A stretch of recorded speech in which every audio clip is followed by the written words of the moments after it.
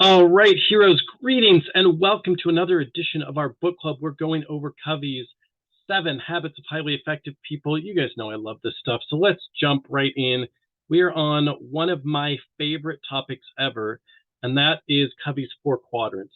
So this is from Habit 3, put first things first, and this is something that is, I think, one of the most crucial things in the book.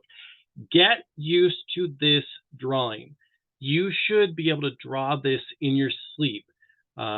This grid that's formed by how important something is on your y-axis and how urgent it is on the x-axis.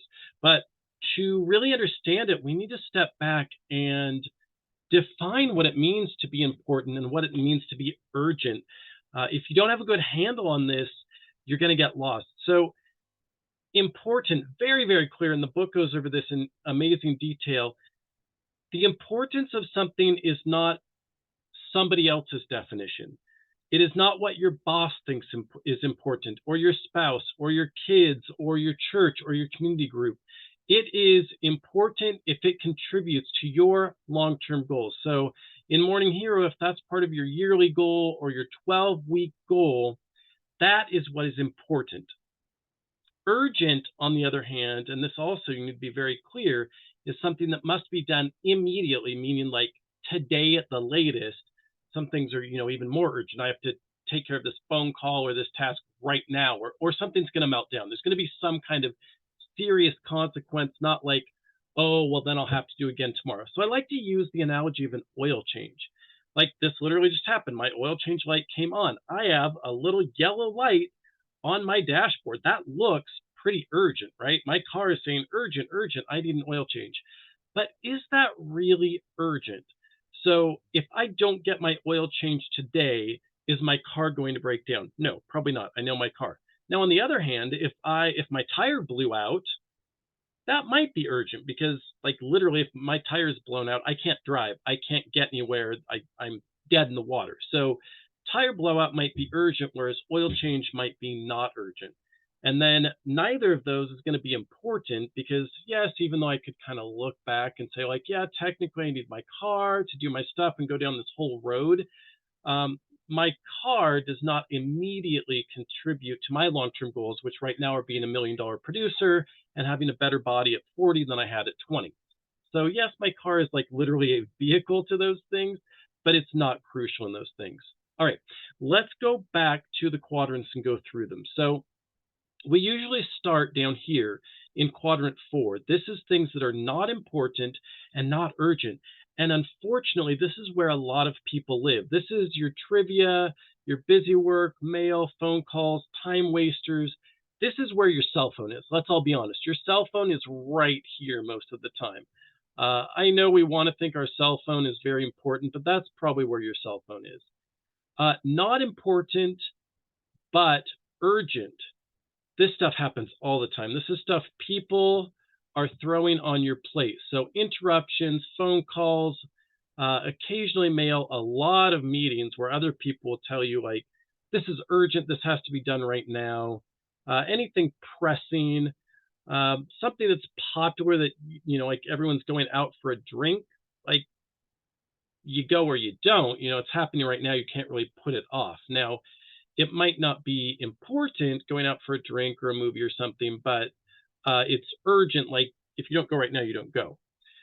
Up here, quadrant 1, these are things that are relevant to your long-term goals, but they are also things that need to be done right now. So let's say that you're in real estate and you have to prepare a listing agreement by the end of the day. You have to get that in to get the client signed or they're going to go somewhere else. That is category 1. That is important to probably your long-term goals of being a producer, but it also, like, you have to do it today.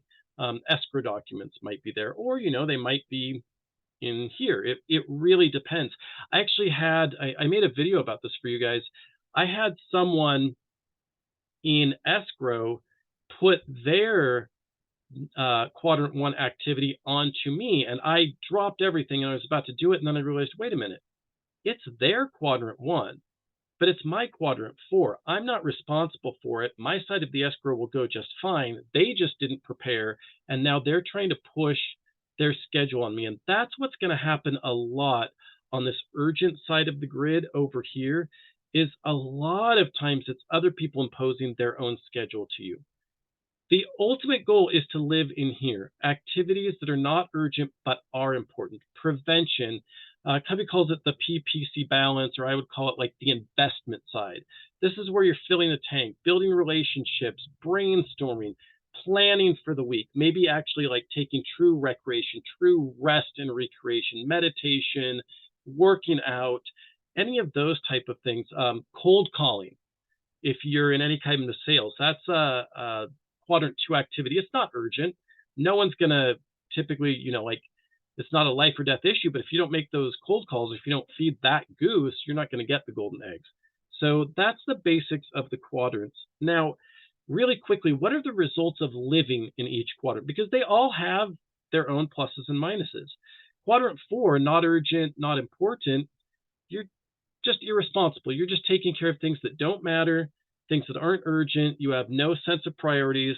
You're irresponsible. You'll probably get fired. You'll be dependent on other people. This is, I don't know, like probably like teenagers live here, except for Harry's teenagers. Quadrant 3, stuff that is urgent. It's like, oh my gosh, this has to be done now, but it's not really important to your life's goals. Results in a short-term focus. You're basically just looking at, like, opening your email inbox is going to put you in a lot of this stuff where you feel like you need to respond right now, but probably you don't. So you're a crisis manager. Your goals and long-term plans aren't worthless. You will definitely feel like victimized, like you're literally out of control. You're letting everyone else control your schedule. If you get into important and urgent, there's always going to be some of this stuff, but the way you can get rid of this is try to be more proactive in quadrant 2, because if you're constantly in things that are important and urgent, you're going to get stressed out. You're going to burn out. That's just where it is.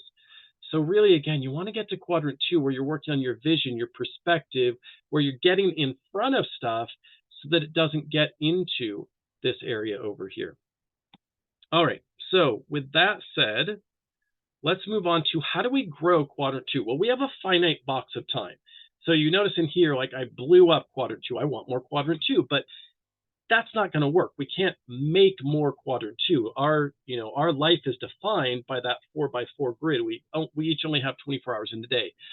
We can't borrow time. We can't just automatically make quadrant 2 bigger. What we have to do is basically move quadrant 2 out like this, and that's where you get more quadrant 2. But how do you get that time for quadrant 2?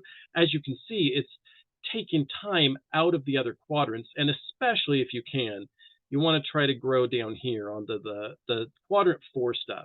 There's still going to be quadrant 4 stuff you have to do, but prioritizing, pushing those things off, delegating, get rid of a lot of this stuff, and making yourself unavailable for this stuff, these emergencies that everyone else has.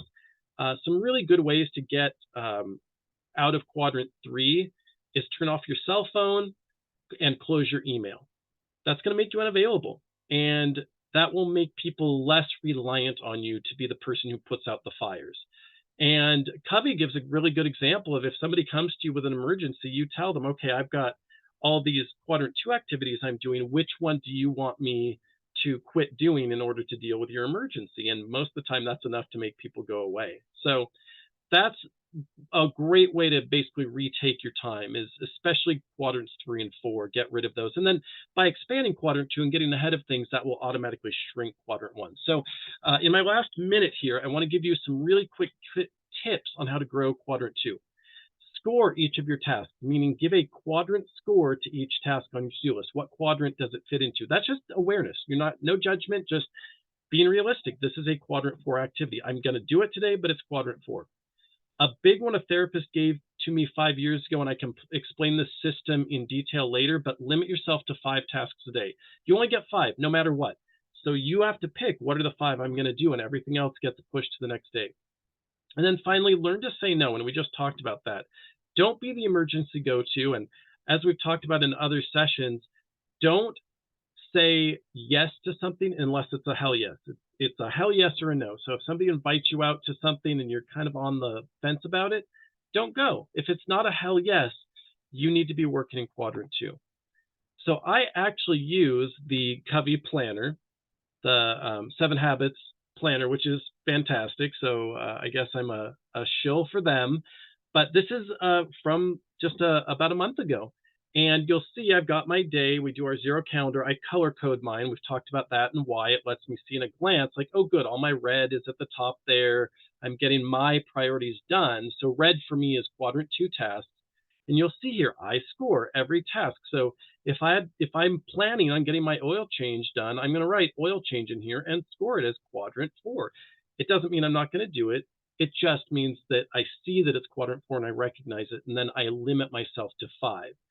Do not mistake doing something today for it being urgent. So if I put oil change on here, I need to get an oil change, but it's still quadrant 4. Just because I'm doing it today doesn't mean it's urgent. It's only urgent if there are going to be dire consequences. So you can do quadrant 4 stuff today. Just again, be aware of what it is. All right, with that said, so yeah, here's a good zoom in of exactly what it looks like when I block out those tasks and then check them off as we go and limit myself to 5. That way, if something else comes up, I've got to pick, what am I going to take off of here? So again, score each task with the quadrant, limit yourself to 5 tasks, and learn to say no. It is now journal and discussion time. If you're on one of our mastermind phone calls, you're going to take some time to discuss these with your leader. If you're seeing this online somewhere, please put comments below and let us know your thoughts on this. So what quadrant do you spend most of your time in? How can you move toward quadrant 2? And what effect on your life would it have if you lived in quadrant 2? All right, heroes, it's been awesome to spend time with you. I love you guys. This is Coach Rick. I'll talk to you next time.